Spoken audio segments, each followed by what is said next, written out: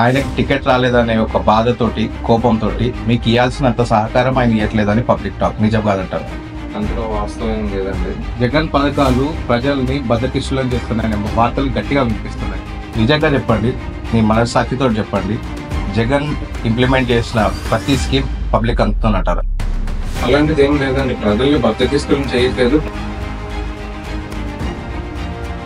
సూటి ప్రశ్న, అబద్ధం చెప్పదు. మీరు ఈ టికెట్ తెచ్చుకోవడానికి 40 ఎకరాల స్థలం 100 కోట్ల రూపాయలు ఆఫర్ చేస్తున్నారు అనేది ఒక వార్త. ఇందులో వాస్తవం లేదు, అబద్ధం. రాజకీయాల్లో అలాంటి ఎలిగేషన్స్ తల్లి చెల్లి అని లేకుండా తిట్టడము, మన వాళ్ళని అటాక్ చేయడం, మన బిజినెస్లని అటాక్ చేసినప్పుడు అది తట్టుకోగలుగుతారంటారా? మధ్యలోనే మీరు వైదొలుగుతారా, రెబల్ అవుతారా? డిఫెన్స్ మెకానిజం అనేది మీ దగ్గర ఉందా? అసలు భయంకరమైన పాయింట్ ఏంటంటే, ఇప్పుడు షర్మిలా గారే సొంత అన్న మీద అన్ని అలిగేషన్స్ చేస్తున్నారు. మీకు ఎప్పుడు అనిపించలేదా, ఒక సొంత ఫ్యామిలీనే కాపాడుకోలేని మనిషి జగన్ ప్రజల్ని ఎలా కాపాడుతాడని? దాని బ్యాక్గ్రౌండ్ లో ఉన్న రీజన్స్ బట్టి ఉంటుంది. అది డబ్బు రాజకీయమైన వాళ్ళ బ్యాక్గ్రౌండ్. కేసీఆర్ గారు మీకు ఏమైనా క్యాంపెయిన్ చేసి ఛాన్స్ ఉండవు. వాలంటీర్ వ్యవస్థ నిజంగా బాగుందా? నాకు నచ్చిందే వాలంటీర్ వ్యవస్థ. ఎలానా రేపుల మటర్లు చేస్తే బాగుంటుందా?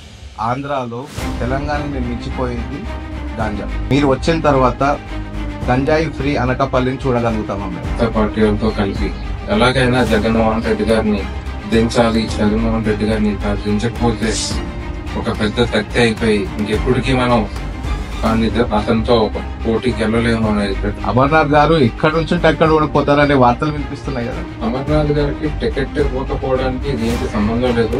ఏమొచ్చారన్నా సోడా మేకర్లు వచ్చినాయి, అప్పడాలు వచ్చినాయి, ఆయనకు ఒక బిరుదు వచ్చింది కోడిగుడ్డు మినిస్టర్ అని చెప్పి.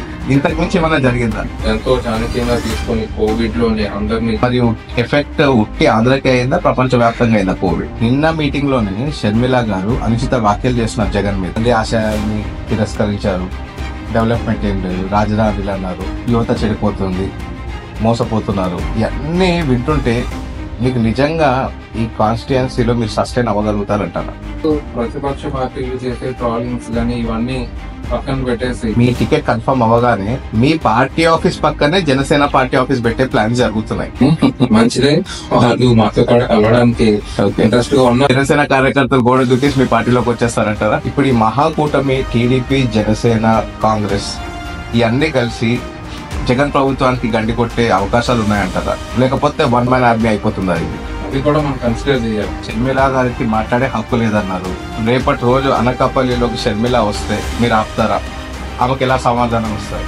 ఏ పార్టీ అయితే ఆంధ్రప్రదేశ్ కి అన్యాయం చేసిందో ఆ పార్టీలోకి వెళ్ళి అధ్యక్షురాలుగా ఉండడం ఆవిడ ఆలోచించుకోవాల్సిన విషయం అని నేను అనుకుంటున్నాను. మీరు ప్రజల్లో ఉంటారా, లేకపోతే మీరు నాకేంటి నేను ఒక కంపెనీ పెట్టేశాను గెలిచేసానని చెప్పి మీరు 5 ఏళ్ళు అసలు పబ్లిక్ లో ఉండకుండా ఉంటారు? సో ప్రజల్లో ఉందామని వచ్చాను. నేను ఈ ప్రాంతానికి చెందిన కాబట్టి ప్రజలతో ఎప్పుడు ఇంటరాక్షన్ ఉంటుంది. మీరు యాక్టివిటీస్ లో కొంచెం వెనకబడ్డారు, ఉన్నదే తక్కువ సమయం. అలాంటి సమయంలో ఈయన మీటింగ్లు ఎక్కువ పెట్టట్లేదు, పబ్లిక్ ఎక్కువ గ్యాదర్ అవ్వట్లేదు, కలవట్లేదు అనే ఒక అసహనం ఉంది కార్యకర్తల్లో. ఏదన్నా స్టార్ క్యాంపెయినింగ్ ప్లాన్ చేస్తున్నారా? గెలిచే వరకు ఆడుతూనే ఉంటాం.